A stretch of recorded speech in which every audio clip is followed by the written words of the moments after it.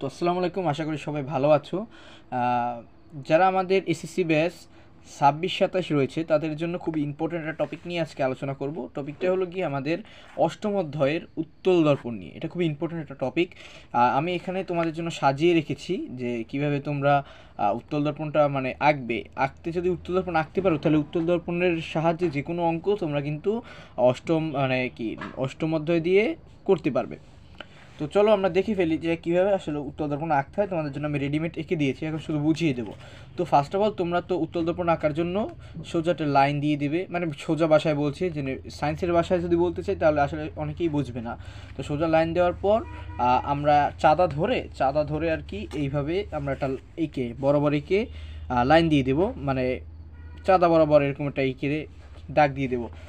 তারপর উত্তল দর্পণে কিন্তু চামচের সাথে তুলনা করা হয়। তো চামচের এই পাশ অবতল, ওই পাশ উত্তল। তো তাই আমরা বুঝবো কীভাবে উত্তল দর্পণ কোনটা। এই পাশ যদি তোমার খাসকাটা থাকে তাহলে বুঝবে যে এই পাশ হলো তোমার, মানে এই চিত্রটা হলো উত্তল দর্পণ।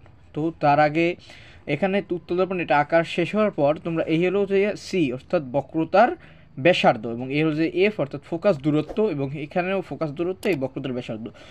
আমার কিন্তু আর একটা ক্লাস দেওয়া আছে, তোমরা চাইলে দেখে আসতে পারো কোনটা কী, তাহলে তোমাদের বুঝতে আরও সুবিধা হতে পারবে। হ্যাঁ, তো ওই ক্লাসটা আমি লিঙ্ক দিয়ে দেবো আমার পোস্টে অথবা এই ভিডিও ডেসক্রিপশন বক্সে আমি আমার লিঙ্ক দিয়ে দেবো, তোমরা চাইলেই দেখে নিয়ে দেখতে পারবে। হ্যাঁ, তো এখানে তারপর আমাদের এটা আঁকার পর এখানে আমরা একটা বস্তু স্থাপন করবো। বস্তুটা তুমি যেখানে ইচ্ছে সেখানে স্থাপন করতে পারো, এটা কোনো ধরা বাধা নেই।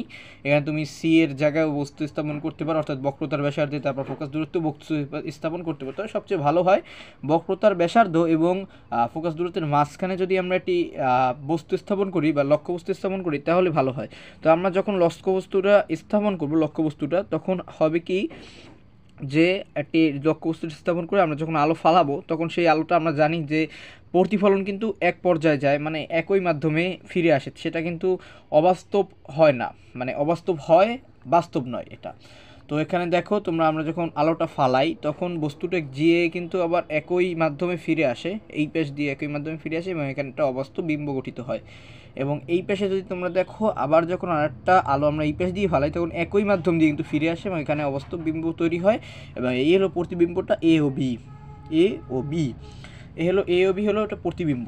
তো এটা তো বুঝতে পারছো সবাই, যদি না বুঝে থাকো কমেন্টে অবশ্যই জানাবে, আমি তোমাদেরকে আবার এটি ক্লাসের মাধ্যমে বুঝিয়ে দেবো।